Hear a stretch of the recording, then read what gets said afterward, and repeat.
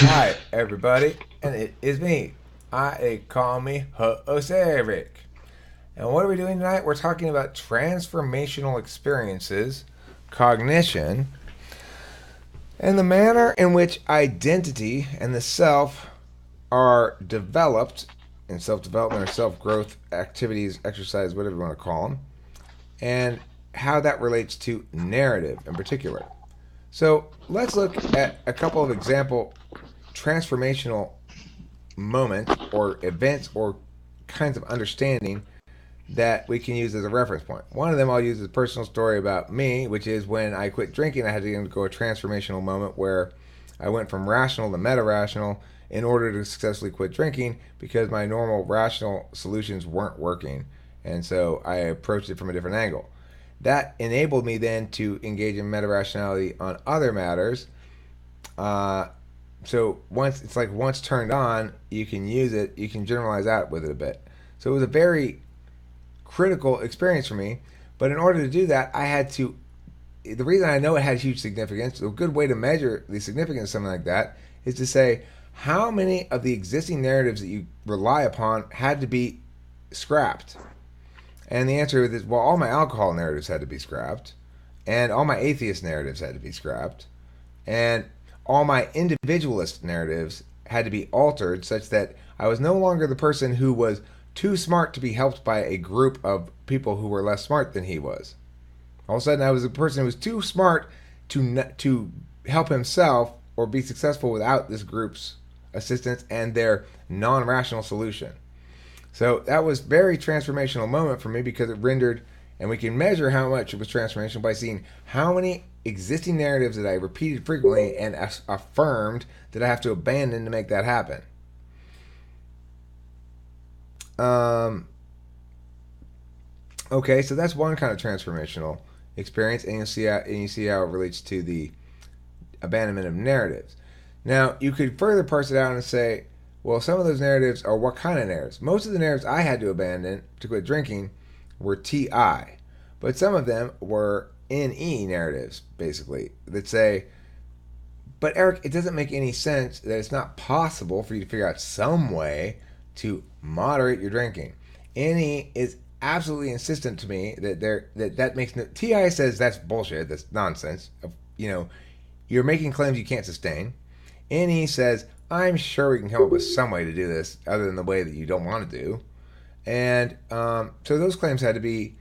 I would have to select instead TE and NI and maybe some FI in the mix to get that handled. So let's look at another kind of transformational experience. So, for example, coming into contact with MBTI stuff or cognitive functions.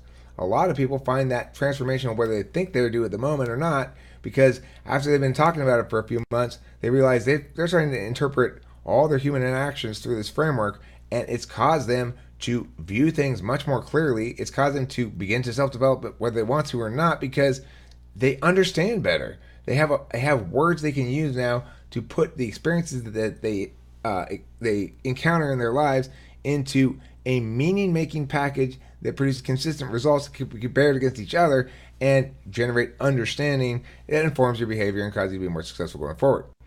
So, did that cause you to get rid of previous storylines? Not really, because you usually don't have storylines there. It fills a needful void of storylines. Most people don't have a good set of language to use to explain cognition, and so when that transformational event occurs, it's the opposite kind. You don't. It's not shattering like the quitting drinking kind, where you have to shatter your existing self in order to rebuild something healthy.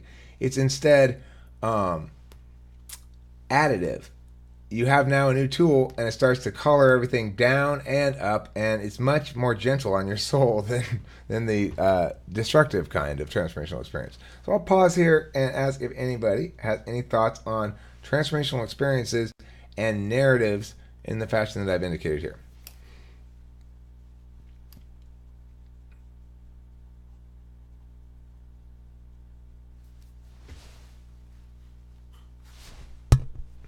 I can't hear you. It's not me. I thought it was me. I was like, fuck, how long has my mic been out? No, it's just you. Oh, I like it, and I agree with everything you said. I didn't like the example you used with cognitive function stuff. I don't, or MBTI stuff. I think it gives you, for some people, it can certainly do that. Clear up the way that you interact with people and give you greater understanding, allow you to, be more concise with how you define things and people.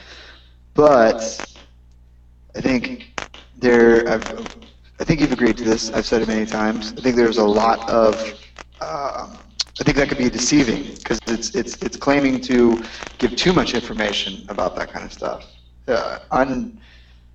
inaccurate information that seems awfully defined. It informs more than it should. Like, for example, how different are the ENTPs that you came across? Now, how different are we all really? Quite different. The thing is, I think it's a mistake to use it to inform conclusions in the way that you're claiming are bad kind of conclusions. I agree with the bad kind of conclusions because it's the wrong kind of conclusiveness. It is instead a way to cause you to think about things in a more useful manner, in a more informative manner. So, in other words, if I see somebody like now doing FE really thick, I recognize it for what it is, and I can process that in a couple of different ways. That person's not just trying to like scam me or something. They're probably just any second slot or maybe any third slot, but FE, I'm sorry. But whatever it is, I don't necessarily need to draw the conclusions I think I ought to draw from the fact that they're over slathering the FE on me right now. I'm able to accept the fact that it doesn't mean what I gut think it means, which is I don't trust you, I don't like you if you're slathering it too much on me in certain contexts. Or if they're doing it really well, I do like you because you're doing your FE really well on me. I'm much more aware of what FE is, and so I can note it and not just sort of non-consciously react to it. And it doesn't matter whether it actually is FE or not. The point is, by using the language FE, I'm able to think, oh, people are working on my feelings using language in this fashion, and I need to be aware that's what they're doing rather than just assuming that or having some instincts about that but no words to explain it. Yeah, I agree in that context. And it also helps me, apparently I do a lot of FE, and it helps being able to identify a certain characteristic of my communication style. I mean, and I also like to think that Nick, like for example, your and my differentiation is explained through the cognitive function model, even though we're supposed to have the same cognitive functions. To me, because my explanation is this: I came out like this because I was raised in an environment that expressly promoted in me NE. My parents liked the fact that I seemed smart and came up with clever ideas and rewarded me for that in lots of ways, conscious and unconscious. Your parents are religious. You had to work the FE to shroud up the TI-NE combo that was no doubt occasionally inclined to make waves that weren't ever productive for you. So to me, that's why you display much more FE, and I display. I mean, I don't know if I display more in NE than you, but I display kind of more pure NE than anything else. TI is in there too, but I think it's a good explanation. Sales also is a differentiating variable. A job. Chicken you can't just go straight. Bit of chicken and egg there. That's true. Very true. Very true. And I think FE climbed me out of the hole that I got myself into when I first came here. Would you say that was FE? What climbed me out of the hole?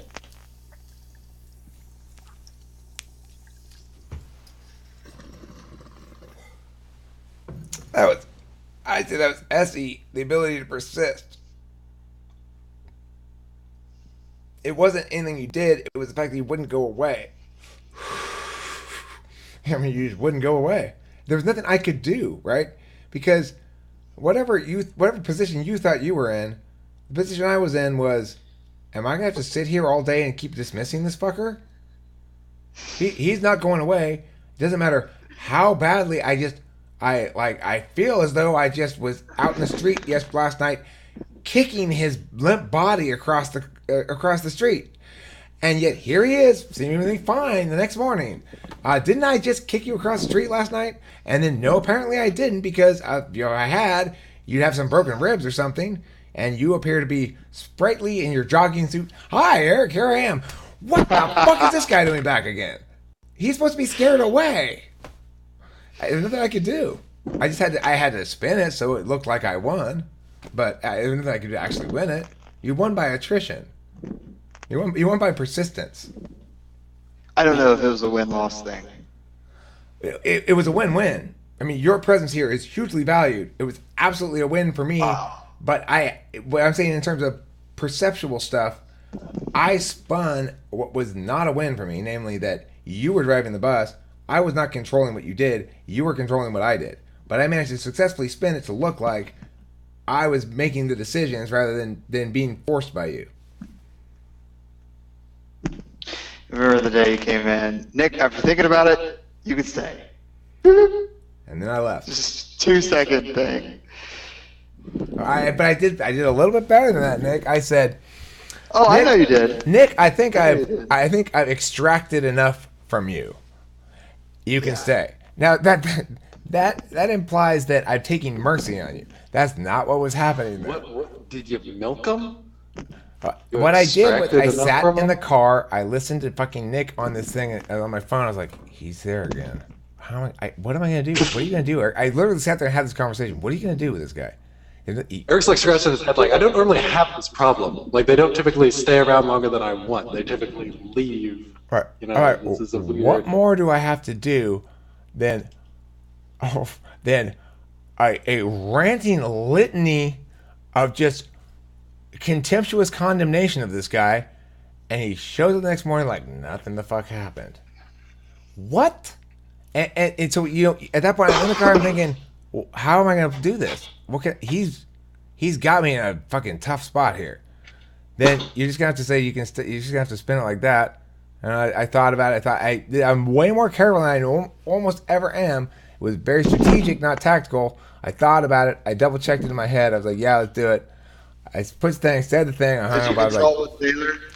no, this was just me in the car. I had to think it out myself. I probably would now if something like that happened, if it needed to be happening. But I mean, it just, and once I did it, I was pretty proud of myself. I thought, and that's why I'm telling you about it, of course, 'cause I'm pretty proud of myself about it. I was like, Eric, you fucking pulled that out of the fire right there, because you had walked yourself into a nasty corner. You've already shot all your bullets, Eric. You got nothing left. What are you going to do with this fucker? Well, you spin it. It's fine. Spin it and it'll look fine. Look good. Great. Fortunately, I'm glad you won in that regard, because I'm very happy to have you here. It's joy seeing you when I arrive. Oh. It was really annoying when your mic was being really staticky earlier. That wasn't a joy. But when your mic's not staticky. I'm sure. I don't know what happened. Is it fixed, though? No, now it's bad again. Ken, how are you? I'm doing famously. That's how I'm doing. Mm-hmm. Swimmingly? No. I think that's going to be my answer from now on. How are you? Anytime anybody asks me that from now on, Ken, I'm going to be. That's my answer. I have to remember. It's going to take 30 years, but eventually the brand will like wear off. You'll have employees, and they'll have to begrudgingly say it because it's like the company mandate. And then, after 30 years, they'll be like, "How are you doing today?" It's like, "Well, here at Talking with Famous People, we're doing famously." And the person looks like they want to kill themselves, but it's just. I'm looking ahead. You don't need to worry about that right now. This is Julie doing famously. Welcome to Talking with Famous People. No, Julie, I want more smiling. More smiling. I need more phone smiling from you. They can hear it.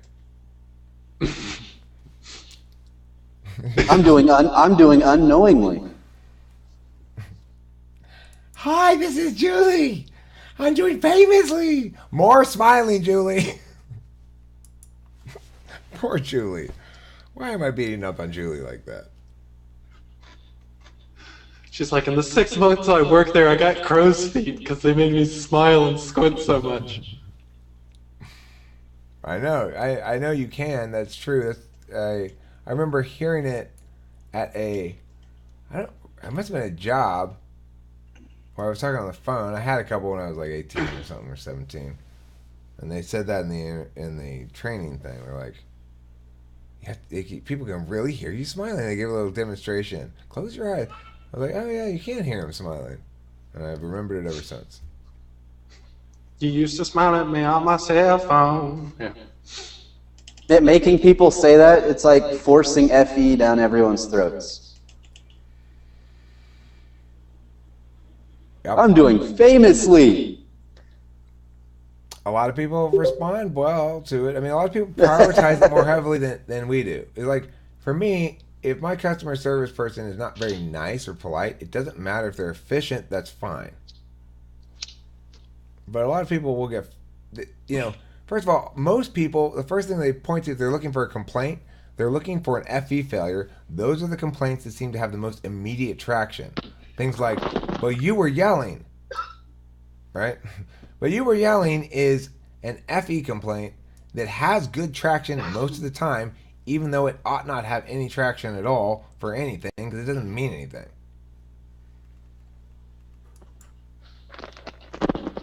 Another one is something like...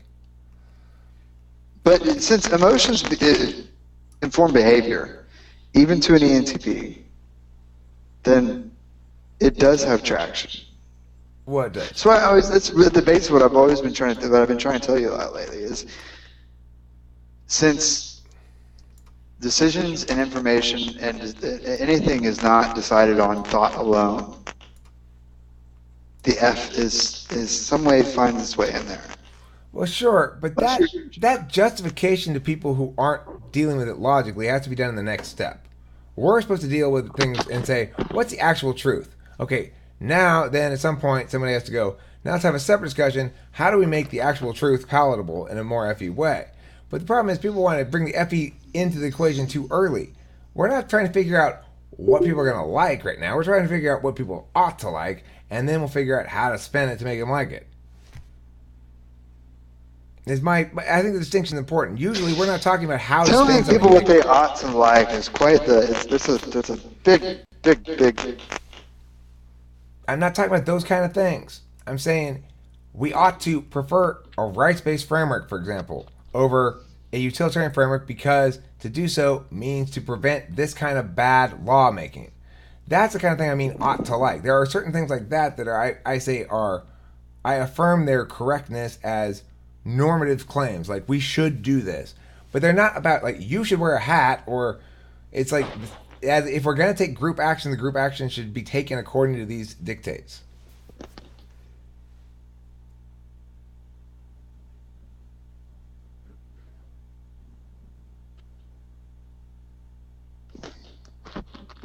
Yeah, but when is it bad to do that? Is it bad to do that if you're pushing, that you're making an argument out of your preference?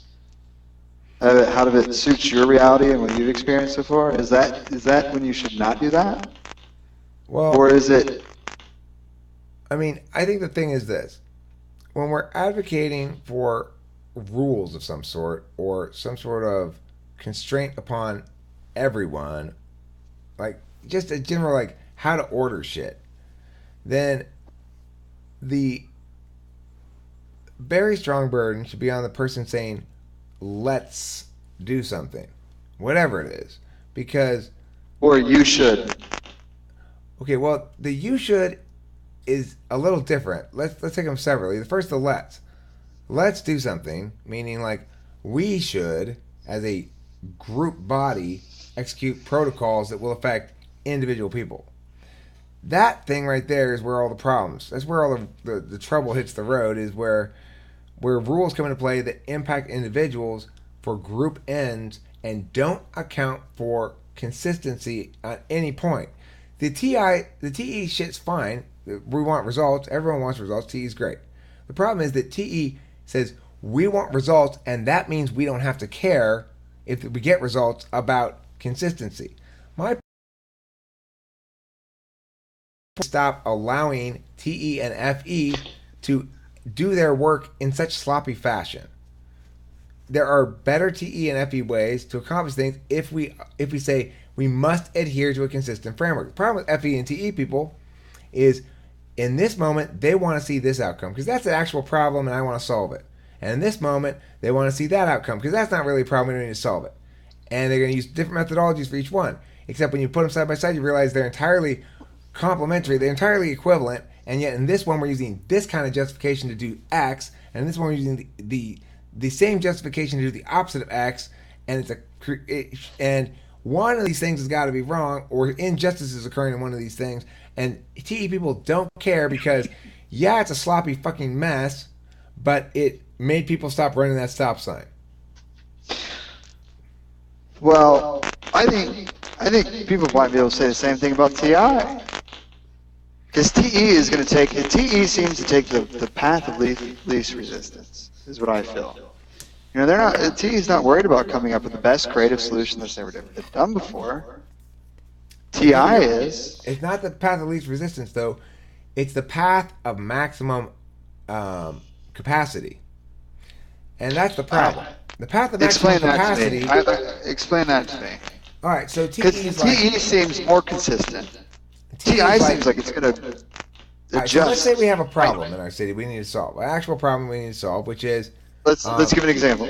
Yeah, so there's been a rash of people who have taken to doing the following thing, and every time they do it, they leave a big mess. They buy some gum at the store, and they stand on the corner, and they open all the packs of gum, leaving all the trash on the corner, and sell the gum one piece at a time, unwrapping and throwing the wrappers. So every day, like in the morning, you go to this corner near your house, it's full of gum. Give it more realistic everyday example. It's an example of a vendor. It's a vendor causing problems. It's a vendor whose commerce, that's unregulated, is causing some unforeseen problems, such as these hot dog vendors are making it so nobody can park in this parking lot. There's so many of them now, or something like that. You know, it's an issue where there's a conflict of interests in a public space in which laws have to be done to prevent unacceptable claims upon shit that ought not be claimed upon in that fashion. If you know, there's a law in California. It may be I think it may even be a constitutional ruling that says supermarkets must allow petitioners to use their parking lots as public spaces to have people fill out petitions and stuff. They say, oh, well, even though it's a private business, the supermarket and the parking lot is private business, that's the current public square.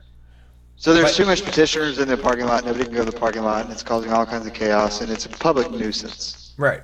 How does TI versus TE handle that situation? Okay, well, TE has concluded already that even though it's a supermarket and it's a private business and the supermarket owns the parking lot, that they don't get to have control over their property in that parking lot for some reason because, well, we need some place to let people put petitions or something like that. It's an outcome-oriented thing. It's like, we don't care if it makes no sense consistent with property law. We're going to have this constitutional ruling. Now, hold on. Let me finish. Well, let me finish. Hold on.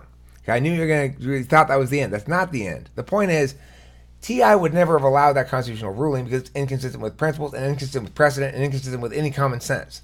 Now, TE has already set that shit up. So now you've got a problem. You've got the parking lot full of fucking pamphleters. So here's the difference with what TI does and TE does. TI says, that's because we need to scrap that stupid fucking interpretation of that law that's wrong. And TE says, I know, what we'll do is we'll make a rule and we'll section off different sections of the parking lot. And then at 5 a.m., this section is open. And at 7 a.m., this section is open. So never occupying one spot in the parking lot too long. And then we'll move along this. We'll have a schedule. And then we'll have the policeman come by and check to make sure they're in the schedule. And all of a sudden, we have this enormous bureaucratic mess just to allow people to unjustifiably make claims upon somebody else's property. Why? Because of TE. How can you get a group? I think a group would have to be led by a single entity, like a dictatorship. It had to be totalitarian in order for TI to rule a group behavior. TI will. Do you agree? TI will rule where it belongs. Everything will rule where it belongs eventually. Everything's TE, group-wise. TI will rule. Everything will rule exactly where it belongs eventually. Once information fluidity means everybody understands everything. So TI should rule where? In the legislative process. It should, but when does that happen? Give me an example where TI is ruling a group. I have no examples. I say it will eventually, and here's why. It doesn't now. It definitely does not. You're right. TI definitely does not rule the group right now. And the reason is because the group is not knowledgeable enough. The reason they're not knowledgeable enough is because they haven't lost the argument enough. Once they've lost it enough, then they're going to be successful in doing it properly. The thing is, you can see it. You can see it already happening. You can see how many But people. winning an argument doesn't. It takes enough introspective people and enough TI people to be able to even produce such an impact once losing an argument. It doesn't work like that. It works like this. Everyone starts to understand, oh, this argument is kind of weak now, and if I make it, I'm subject to attack.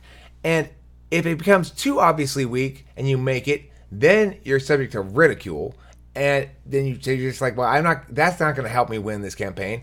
And your actual beliefs begin to shift as you realize that's not sustainable. There's no point in ever saying it. You sort of say other beliefs instead, and they become your beliefs, so to speak.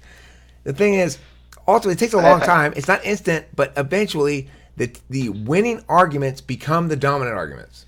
I agree, and that's what TI does. I think is it tries to destroy everything before even having to actually just live it out and destroy it. Like TI hops around the obstacles that would have been prevented, hops around the TE obstacles that they just they don't think about. They don't go that deep.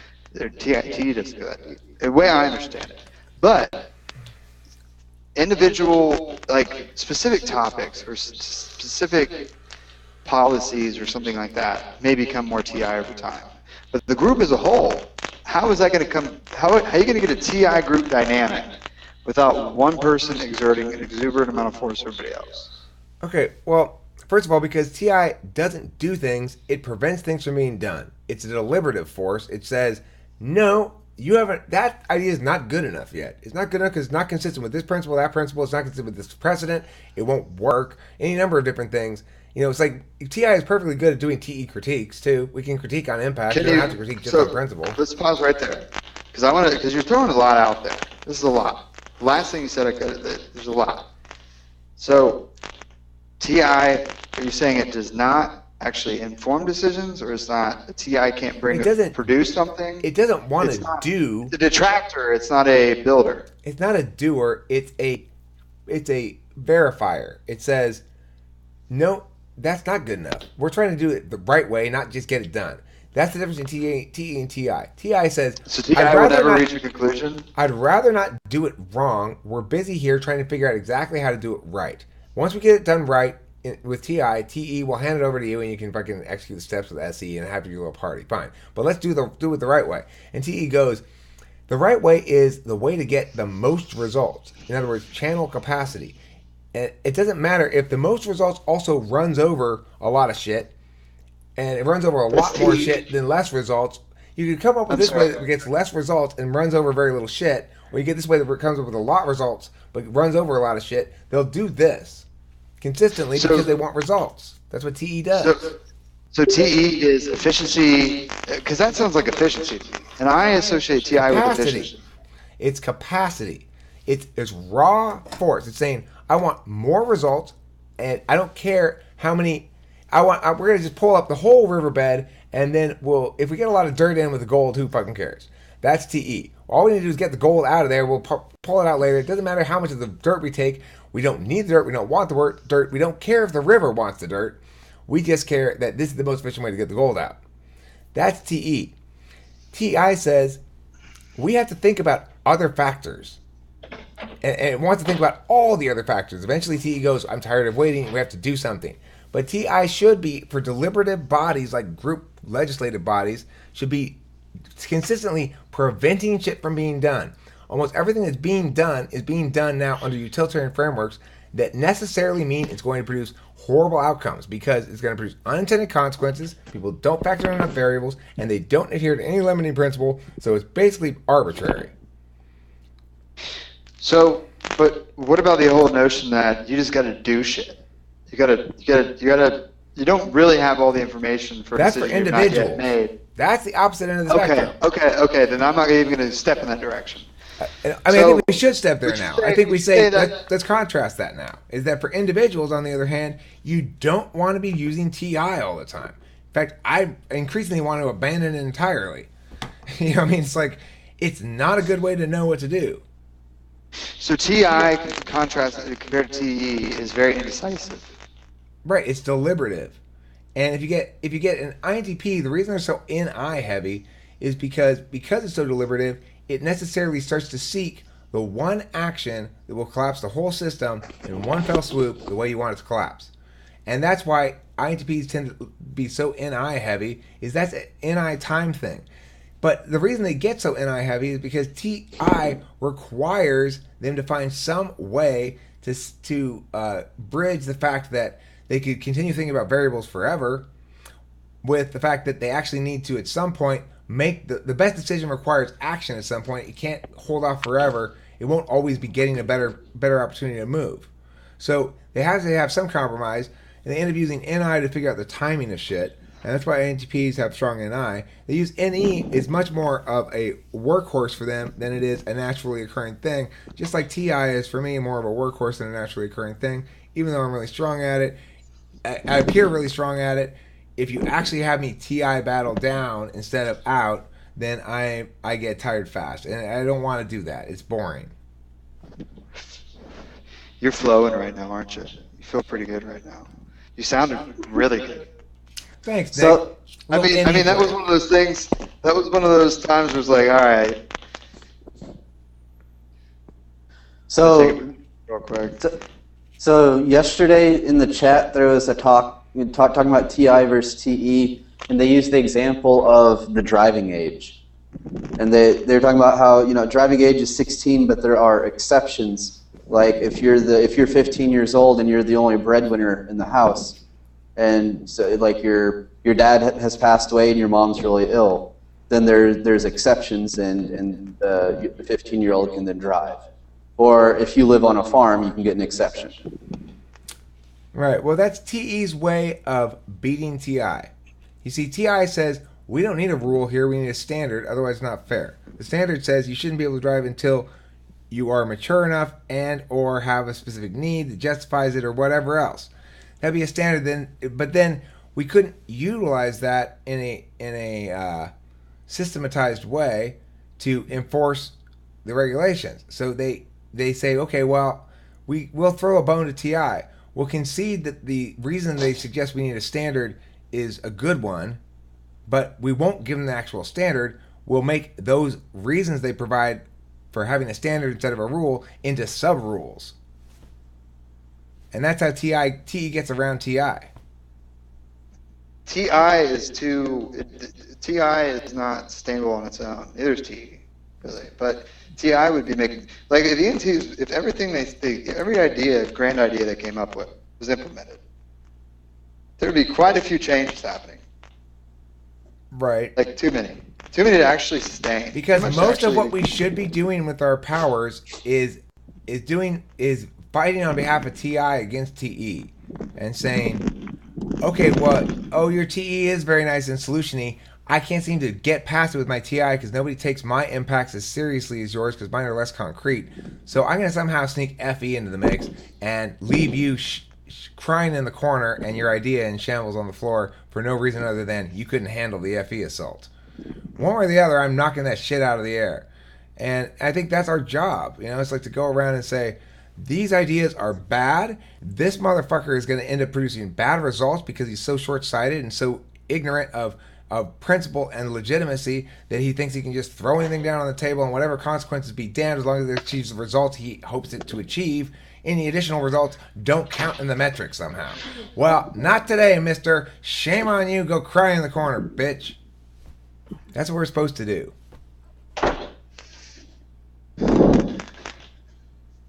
But are you still recording? Let me see. Am I recording? But this video should be called NE to the maximum. I mean, look where we started, look where we ended. Well, yeah, we ended 34 minutes and 35 seconds later. Nick's microphone still annoying us with his microphone crackles, but I'm feeling pretty good about this video. Probably because Nick kind of sold it to me. I'll find out if he was right in a little while, if I did a good job or not, if everybody else did a good job. If we did, then you just enjoyed a fine video. Thanks for watching.